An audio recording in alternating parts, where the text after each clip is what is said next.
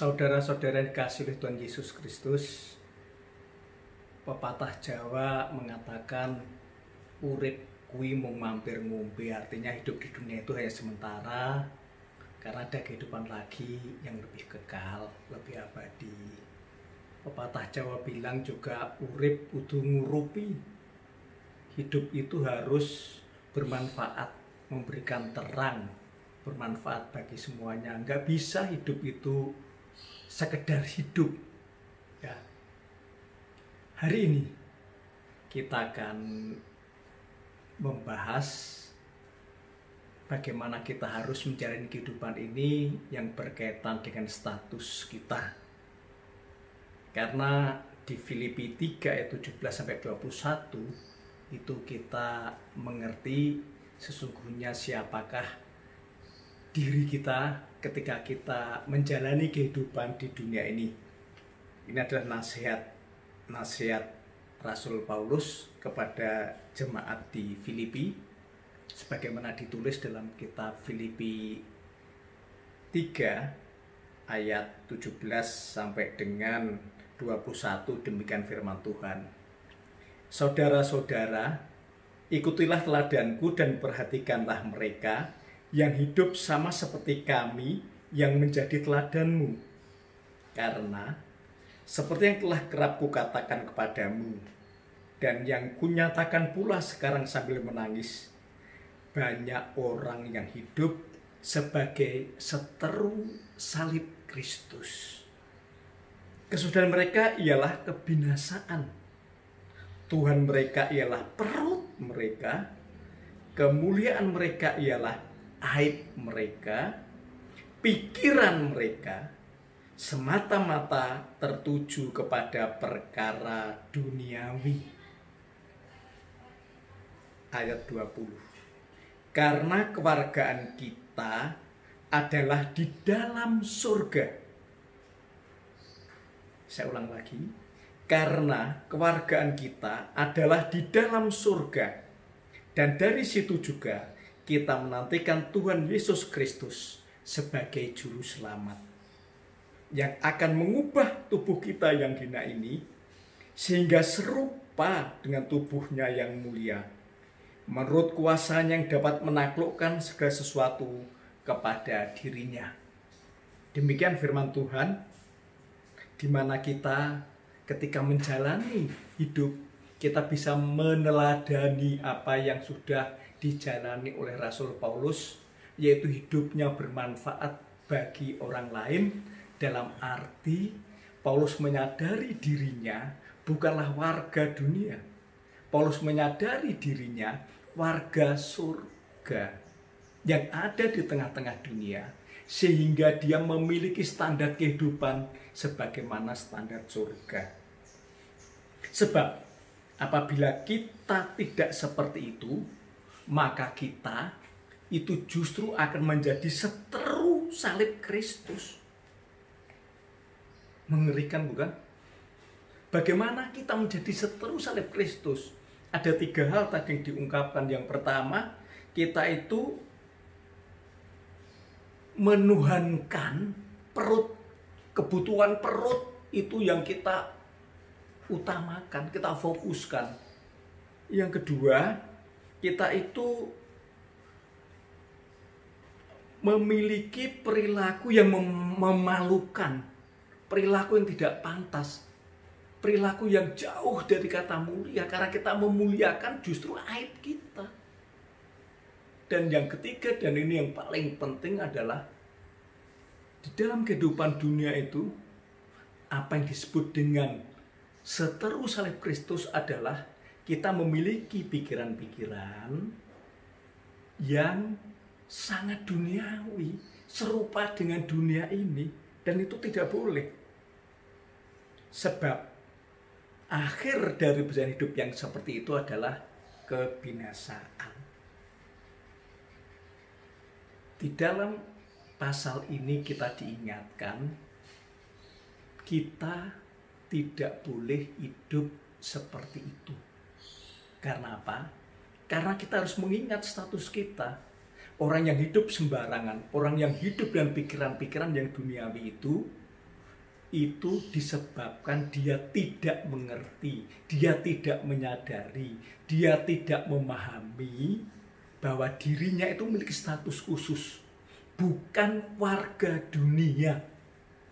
Sehingga tidak boleh kalau serupa dengan dunia atau punya pikiran-pikiran yang diisi, yang dipenuhi tentang hal yang dunia. Jelas tadi ayat 20 mengatakan, karena kewargaan kita adalah di dalam surga. Lebih tegas lagi di kitab Yohanes 17 ayat 16. Yohanes 17 ayat 16 mengatakan, mereka bukan dari dunia, sama seperti aku, yaitu Tuhan Yesus, bukan dari dunia. Jelas bahwa kita ini bukan dari dunia.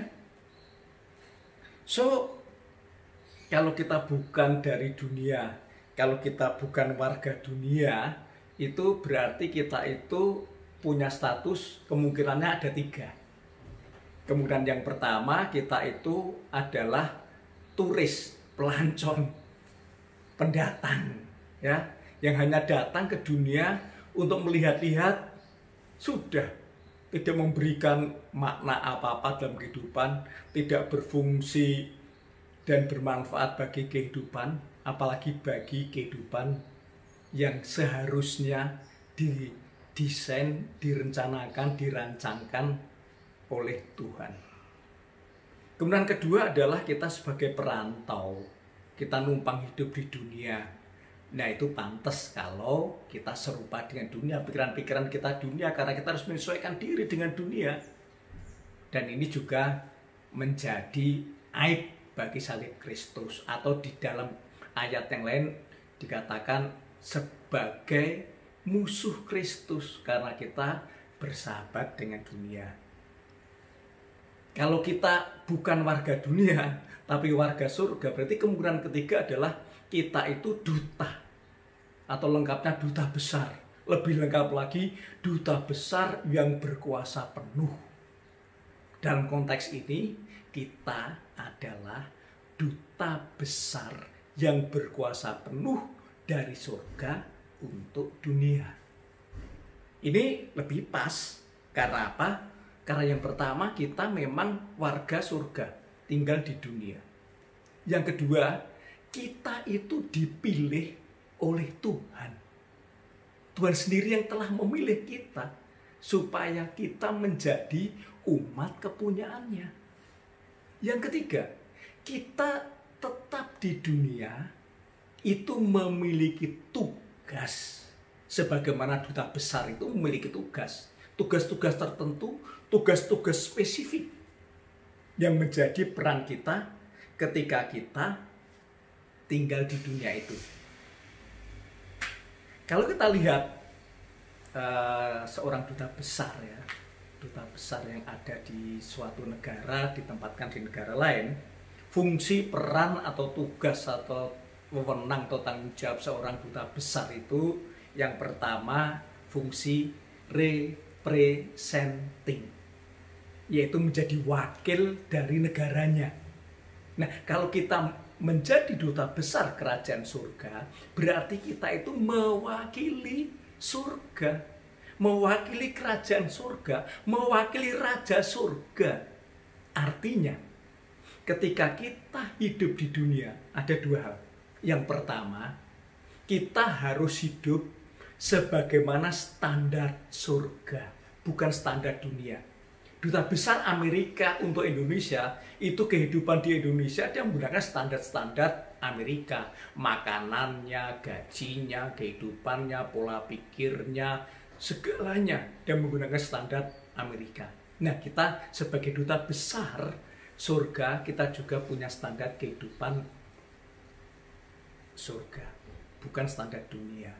Yang kedua, kita itu memiliki tugas sebagai wakil. Jadi kita itu di dunia sebagai wakilnya surga, wakil kerajaan surga, wakil penguasa surga itu mewakili Tuhan. Ini tugas yang berat. Oleh karena itu, banyak orang yang tidak menyadari itu. Padahal jelas tugas kita adalah menjadi wakil surga. Dengan standar surga kita menjalani kehidupan ini.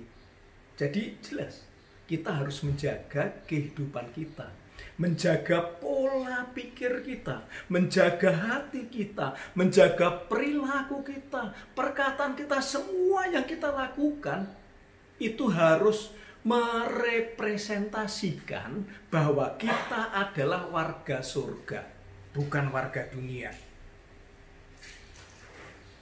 Yang kedua, tugas duta besar adalah promosi, memperkenalkan negaranya pada negara di mana dia ditugaskan. Nah, tugas kita juga mengabarkan kerajaan surga kepada seluruh warga dunia supaya mereka mengenal, supaya mereka tahu, supaya mereka tertarik. Karena banyak warga dunia yang tidak mengenal tentang kerajaan surga, dan itu menjadi tugas kita yang sudah diangkat, dilantik menjadi warga surga, menjadi pejabat surga yang ditempatkan di dunia dengan status duta besar yang berkuasa penuh. Tugas atau peran yang ketiga adalah protecting. Kita harus memprotek, kita harus menjaga. Apa yang dijaga? Yang dijaga adalah wibawa. Yang dijaga adalah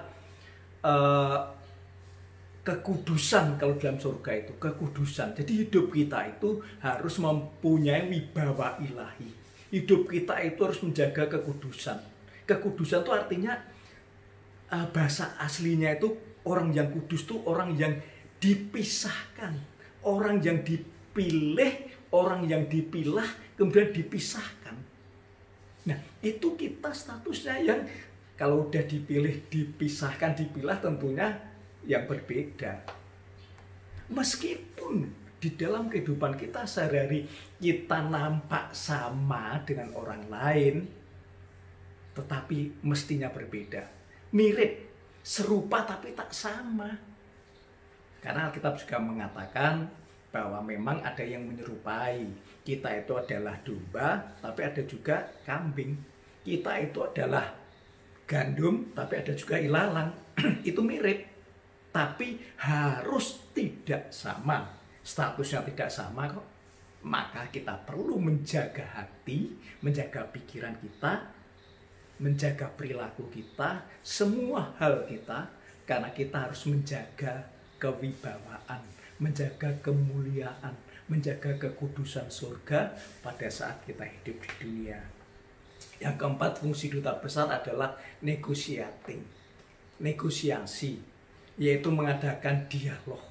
Kita harus ada di tengah-tengah dunia, tidak menyendiri, tidak eksklusif, tapi kita harus berada di tengah-tengah dunia supaya tugas itu bisa berjalan dengan baik. Yang kelima adalah reporting. Tentunya apa yang kita lakukan itu harus bisa dipertanggungjawabkan. Jadi sebagai duta besar kita harus sungguh-sungguh menjaga hidup kita dengan standar surga, karena kita mewakili surga. Kita berbicara tentang surga, mempromosikan surga. Kita memproteksi dengan wibawa ilahi, kemuliaan Tuhan. Kita melakukan dialog di tengah-tengah dunia, tapi tetap menjaga sebagai warga surga. Karena apa? Karena pada akhirnya kita nanti harus kembali ke surga, karena kita warga surga, dan di sana kita harus mempertanggungjawabkan apa yang kita lakukan pada waktu kita menjadi duta besar yang berkuasa penuh dari surga untuk dunia.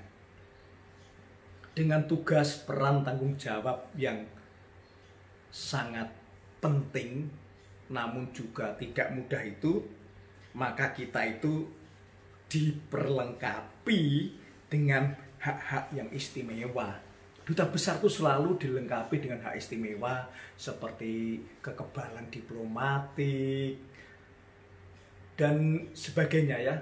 Dia berkuasa penuh, bahkan kedutaannya, rumahnya itu seperti negaranya sendiri. Orang nggak bisa masuk. Masuk itu berarti masuk ke negaranya. Nah, kita itu juga diberikan keistimewaan. Ada dua keistimewaan kita. Yang pertama adalah kita itu diberikan kuasa. Kisah Para Rasul 1 ayat 8. Kisah Para Rasul 1 ayat 8. Demikian firman Tuhan, tetapi kamu akan menerima kuasa kalau Roh Kudus turun ke atas kamu, dan kamu akan menjadi saksiku di Yerusalem dan di seluruh Yudea dan Samaria dan sampai ke ujung bumi. Jadi kita diperlengkapi dengan kuasa. Karena apa? Karena Roh Kudus itu sudah diberikan kepada kita. Roh Kudus yang akan mendampingi kita. Roh Kudus yang akan melindungi kita. Roh Kudus yang akan memimpin kita. Roh Kudus yang akan memberikan hikmat bagaimana kita menerapkan hidup dengan standar yang surga di tengah-tengah dunia ini. Dengan kekuasaan yang besar, kekuasaan sebagai anak surga, kekuasaan sebagai pejabat surga yang ditaruh di dunia, itu mestinya cukup.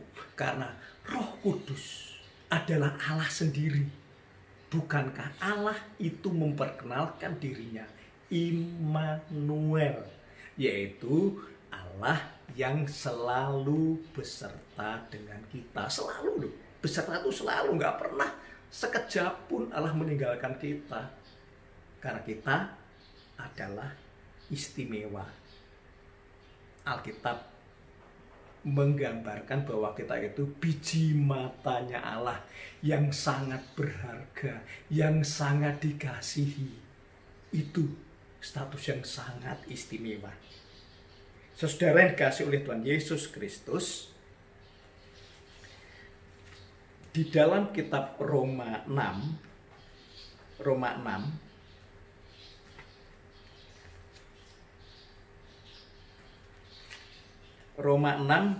ayat 6 sampai 14 sebagai penutup saya akan bacakan Roma 6 ayat 6 sampai dengan 14. Demikian firman Tuhan. Karena kita tahu bahwa manusia lama kita telah turut disalibkan, supaya tubuh dosa kita hilang kuasanya, agar jangan kita menghambakan diri lagi kepada dosa. Sebab siapa yang telah mati, ia telah bebas dari dosa. Jadi kita telah mati dengan Kristus. Kita percaya bahwa kita akan hidup juga dengan Dia. Karena kita tahu bahwa Kristus sesudah Ia bangkit dari antara orang mati, tidak mati lagi. Maut tidak berkuasa lagi atas Dia. Sebab kematiannya adalah kematian terhadap dosa, satu kali dan untuk selama-lamanya. Dan kehidupannya adalah kehidupan bagi Allah. Demikianlah hendaknya kamu memandangnya, bahwa kamu telah mati bagi dosa, tetapi kamu hidup bagi Allah dalam Kristus Yesus.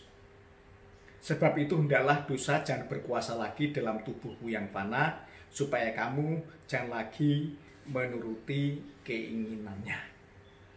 Nah, itu demikian firman Tuhan yang mengingatkan kepada kita itu punya status yang istimewa, yaitu duta besar. Berkuasa, kuasanya itu nyata. Berkuasa karena ada roh kita. Yang kedua, berkuasa atas dosa. Karena apa? Karena dulu kita orang berdosa, tapi karena kasih karunia Allah yang sangat besar, karena anugerahnya yang luar biasa kepada kita, maka dosa kita telah ditebus. Kematian Tuhan Yesus Kristus itu mematikan manusia lama kita. Pola pikir lama kita. Karena tubuh kita ini yang sudah dikuasai oleh pikiran-pikiran dosa, yang sudah dikuasai oleh dosa, itu ikut mati. Kuasa sebagai orang berdosa, kuasa sebagai manusia berdosa, kuasa di dalam tubuh ini ikut mati bersama kematian Kristus. Lalu kita dibangkitkan bersama dengan kebangkitan Kristus. Dan kebangkitan bersama-sama dengan Kristus inilah yang membuat diri kita tidak lagi berkuasa atas dosa. Nah, sekali kita percaya akan kematian dan kebangkitan Tuhan Yesus sebagai Allah yang lahir di dunia ini, itu sudah menghapus semua dosa kita. Dan di titik itulah kita berkuasa atas dosa. Dosa tidak lagi menguasai kita, karena kita punya kehidupan baru yang tanpa dosa. Dan itu harus kita lakukan terus-menerus, karena kita punya standar surga. Dan kita pasti bisa, kita pasti mampu, karena ada Roh Kudus yang menyertai kita, yang selalu melindungi kita, yang memimpin kehidupan kita. Saudara yang dikasihi oleh Tuhan Yesus Kristus, ingat bahwa kita bukan warga dunia, tapi kita adalah warga surga. Dan kita tetap tinggal di dunia sebagai duta besar kerajaan surga yang berkuasa penuh untuk dunia. Itu sangat istimewa dan harus kita lakukan dengan baik. Supaya apa? Tujuan akhirnya, pada saat kita kembali ke surga, ke asal kita, maka kita bisa mendapatkan sukacita bersama-sama dengan penguasa surga, yaitu Allah Bapa, Allah Putra Tuhan Yesus Kristus, dan Allah Roh Kudus. Allah yang Esa, yang bersama-sama kita di surga. Dan sambil kita menjalani kehidupan ini, Tuhan tetap menyertai kita. Ayo, duta besar yang berkuasa penuh. Ingat statusmu, ingat status kita, jaga hidup supaya dunia bisa kita menangkan. Biarlah semuanya bagi kemuliaan Tuhan. Tuhan Yesus memberkati. Amin.